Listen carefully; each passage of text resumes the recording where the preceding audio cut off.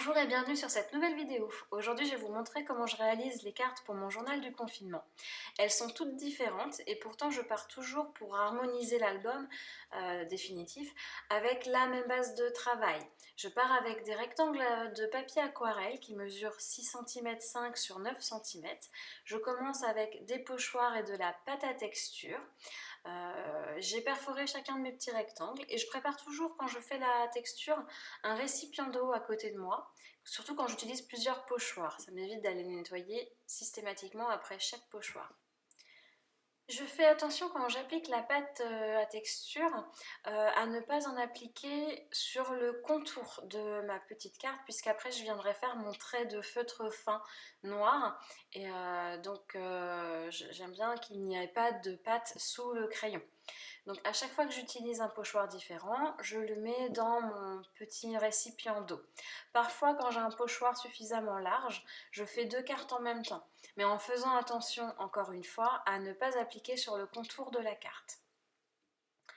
C'est une pâte qui a un aspect un petit peu texturé, cette pâte-là, je l'aime beaucoup. Je laisse sécher, en général je fais un jour la pâte à texture, le lendemain l'encre, comme ça laisse la nuit pour bien sécher. Pour appliquer l'encre, en fait, je mets mon encre sur un papier de sac congélation et j'applique ma carte directement dessus. Je retourne le tout et avec mon doigt, je peux guider l'encre pour vraiment en avoir là où je veux. Je tapote de temps en temps pour bien faire couler en dessous. Je vais aussi préparer mes petites étiquettes avec les jours.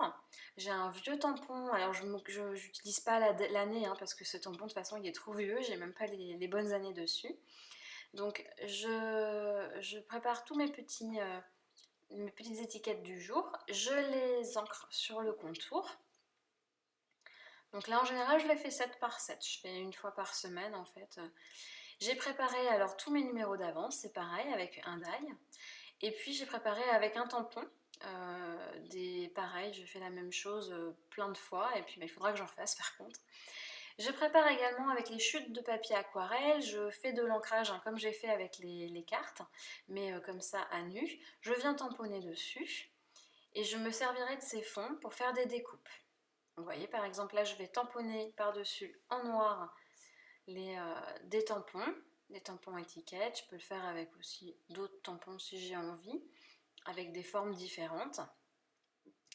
Je vais aussi utiliser ces fonds pour découper avec des die, des formes, pour que chaque carte soit différente. Je découpe les tampons qui ont été tamponnés, je vais ancrer aussi le bord des découpes pour les faire ressortir puisque je les ai faites avec des papiers que j'ai colorisés avec les mêmes encres que mes fonds de cartes. Donc pour qu'elles ressortent, je les ombre un petit peu. Sur chaque carte, je vous disais, c'est vraiment toujours les mêmes étapes, même si les pochoirs sont différents. Donc j'ai toujours un fil, les numéros découpés avec les die, la date du jour, le mot jour, les découpes, des œillets et des petits ronds sur chaque carte et du papier calque. Ce sont vraiment les éléments que j'ai à chaque fois. J'ai également plusieurs sortes de gouttelettes, celle avec le néocolor, les gouttelettes dorées et le nouveau. J'ai également donc mon petit trait de crayon sur chacune des cartes. Ensuite, je colle soit ma découpe, soit mon tamponnage et mes numéros. C'est vraiment la première étape. Le numéro et la découpe ou le tamponnage. Ensuite, je vais faire mes petites gouttelettes avec le néocolor. Alors, je vais mouiller avec un pinceau à poil dur pour que vraiment les gouttelettes soient bien voyantes. Je vais mettre de l'eau aussi dans l'aquarelle dorée. Ça, c'est une astuce, enfin, c'est une manie que m'a donnée Gaëlle Lee. Je me passe plus de ce petit doré. J'attends que tout ça sèche bien avant de continuer ma décoration. Pour la suite, j'utilise le fil que je vais mettre en petite bouloche. Je vais utiliser le papier calque. Alors le papier calque, je préfère le coller avec du double face plutôt qu'avec la colle scotch puisque la colle scotch le fait gondoler. Donc je mets le double face, le fil, le jour. J'évite de le mettre avant parce que je veux pas que les gouttelettes viennent cacher en fait la date ou ces choses-là. Donc le petit papier de la date. Et puis maintenant, je vais aussi ajouter les œillets et les petits ronds.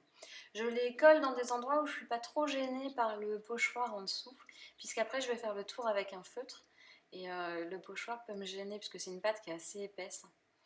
Donc tous les éléments sont maintenant collés. Je vais ajouter donc le petit trait de crayon autour des ronds et des œillets. Et les gouttelettes d'encre, de Nubo.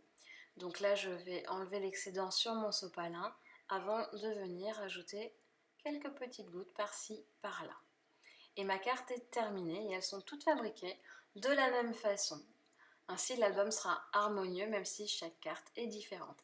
J'espère que cette petite vidéo vous a plu, ça faisait longtemps. Je vous dis à très bientôt pour une prochaine. Au revoir!